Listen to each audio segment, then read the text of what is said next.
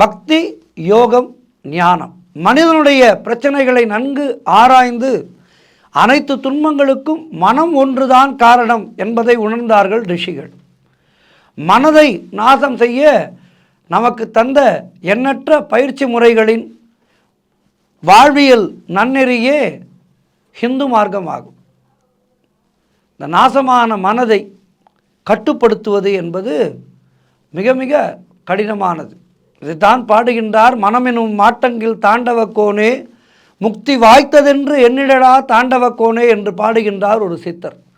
மனதை கட்டுப்படுத்து, அதன் அடிமைத்தனத்திலிருந்து விடுபடு என்று எல்லோரும் கூறுகிறார்கள். சரி, அந்த பாழாய்ப்போன மனதைத்தான் கட்டுப்படுத்துவது எப்படி என்பது தெரியவில்லை என்று அவர் சொல்கின்றார். முதலிலே மனம் என்ன என்பதை நாம் புரிந்து கொள்ள வேண்டும். கடல் அலைகள் போல ஓயாது உள்ளத்திலே தேவையற்ற எண்ணங்கள் பல எழுகின்றது. அதைத்தான் கவியரசர் கண்ணதாசன் அழகாக பாடினார்.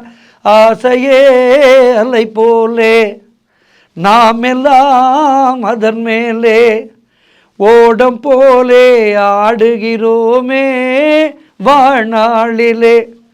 இந்த கடல் அலையிலே அந்த ஓடம் செல்லும்போது இப்படியும் அல்லாமல் அப்படியும் அல்லாமல் ஆடும் அல்லவா, அதுபோல நம்முடைய மனதானது கெட்டதை நல்லது, கெட்டது நல்லது என ஆடிக்கொண்டிருக்கின்றது. இதனை கட்டுப்படுத்துவது என்பது மிக மிக மிக மிக கஷ்டம். நம் ரிஷிகள் எண்ணங்களை கட்டுப்படுத்த சொன்னார்கள். எண்ணங்கள் தான் நம்முடைய மனதை செலுத்துகின்றது. ஆகவே எண்ணங்களை கட்டுப்படுத்து பக்தி, யோகம், ஞானம் ஆகியவை கைகூடும் என்று சொன்னார்கள். முதல்ல பக்தி மார்க்கத்தை பார்ப்போம். பக்தி என்பது இறைவனிடம் தன்னை முழுமையாக ஒப்படைத்து விடுவது. பிறந்து சில மாதங்களே ஆன சிசு எப்படி அனைத்துக்கும் தன்னுடைய தாயையே எதிர்நோக்கி இருக்குமோ அதுபோல இறைவனை மட்டுமே அனைத்துக்கும் நம்ப வேண்டும். எல்லாவற்றுக்கும் அவன்தான் என்று பரிபூர்ணமாக நம்பி இறைவனை சரணாகதி அடைய வேண்டும். அதனால் அப்படி நாம் சரணடைந்து விட்டால் பக்தன் யார் மீதும் கோபப்படவோ பொறாமை கொள்ளவோ மாட்டான். எல்லாவற்றுக்கும் இறைவன் தானே காரணம் என அந்த எண்ணம் நமக்கு இருந்து கொண்டே இருக்கும்.